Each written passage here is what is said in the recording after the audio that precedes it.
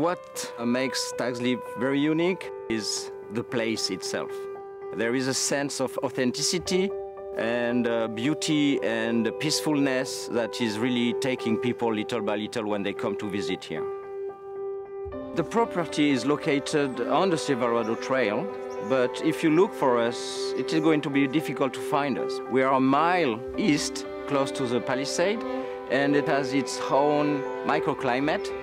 You feel that you are in a micro valley in the middle of the big Napa Valley.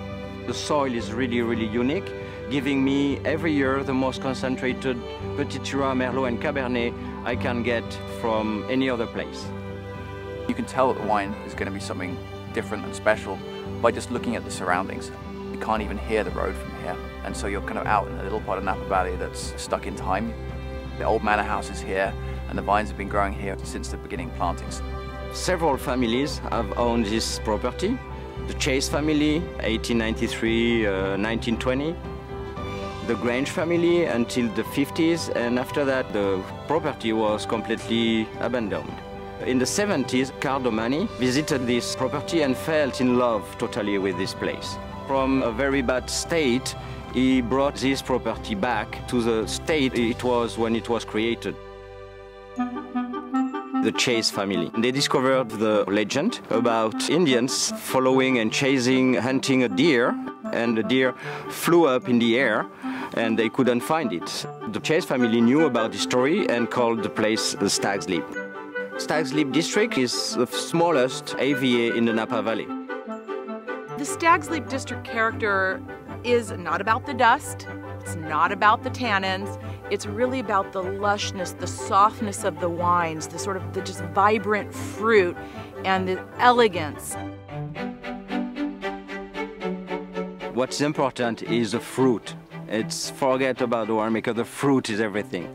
I like the south of the valley, and we are in a sweet spot here at Stags' Leap because you can get, in my opinion, more density, more color, more tannins, and more aromatic elegancy that you can find northern in the valley. We have just about 80 acres at the estate, and then probably upwards is about 240 acres across our vineyards. So that includes the Carneros properties, the Gamble Ranch, which is just over in Oakville.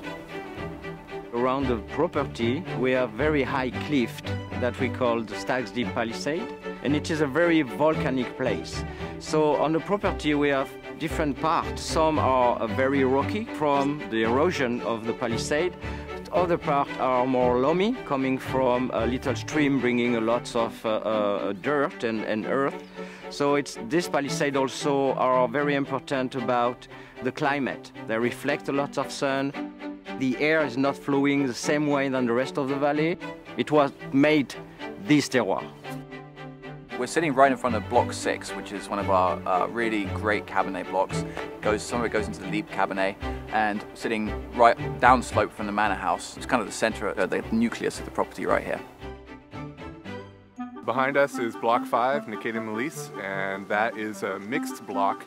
Mostly Petit Syrah, Malvasia Bianca, some Syrah, some Malbec, Burger, Gewürztraminer, all sorts of different varieties, about 17 in all. Nikkei de Malice means don't give in to misfortune. It was the crest of the Chase family who created this company, and we thought it was the best way to link history and present wine. This is head trained, and that means that there's no wires up. It's also dry farmed, so we don't irrigate it. We have a map of this block. We know exactly what vine is what variety, and when they are becoming too old, we can replace them by the same variety following exactly the same history than forever. Down in Carneros, we grow Chardonnay. Christophe is a big fan of acid, fresh styles, so Carneros suits that perfectly. The Viognier is also from Carneros. That's kind of a unique grape. What makes the style of the winemaking here a bit different than other, and we look all for identity in our wines, is where we have our fruit and when we pick it. We're probably about 2 weeks away from harvesting. What's really fun about this property is we can just drive the tractor straight up to the crush pad and drop the grapes off right there.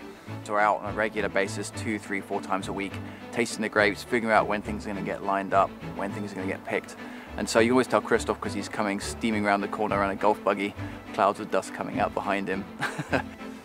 We don't just farm the entire vineyard with this blanket approach, and we don't even farm individual blocks the same way. We're picking a small section of that block first, and then a week later we're picking a little bit more out of it, whatever it takes in order to make the best bottle of wine.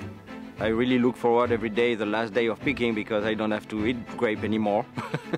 Winemaking has to be simple to really show the terroir, don't do too much around it.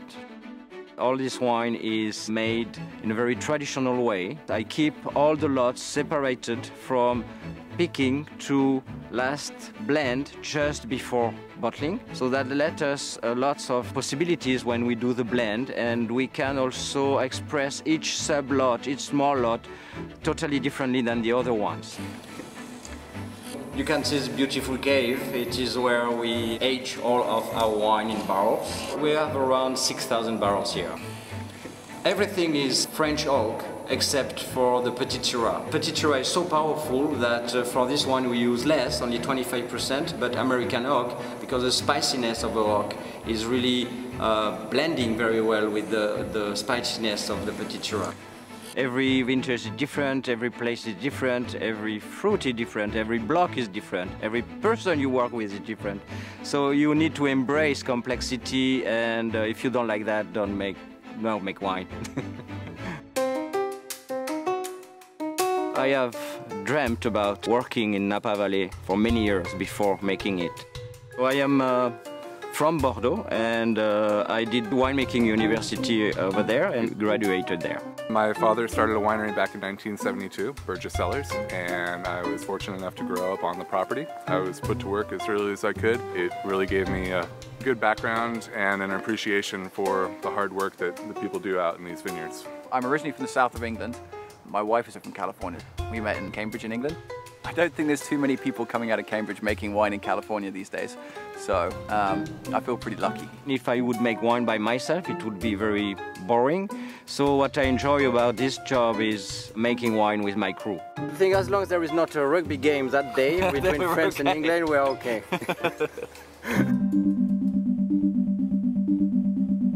The white wine made here are really a bit different than some of the wine made in the valley.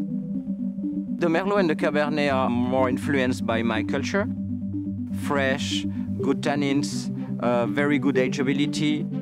There is something a bit different about the Petit Syrah that made this Petit Syrah like an iconic wine in the Napa Valley. We get fruit from the north, from Calistoga to South Napa.